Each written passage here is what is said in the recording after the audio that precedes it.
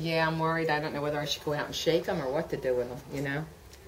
I'm thinking, you know, the front of them. Because it did hit the tree in my back. It broke a branch on a tree. But it's amazing. The way it fell in was in between my table and the shed.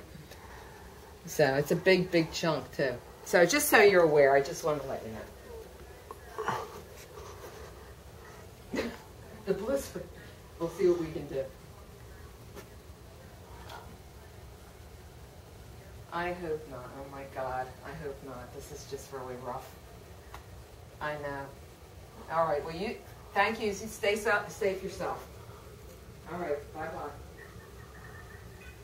She answered the phone. She said at her sister's house, the tree hit her heat pump. Brand new heat pump. Good job, Johnny. Jeff saw it. I showed him out the window.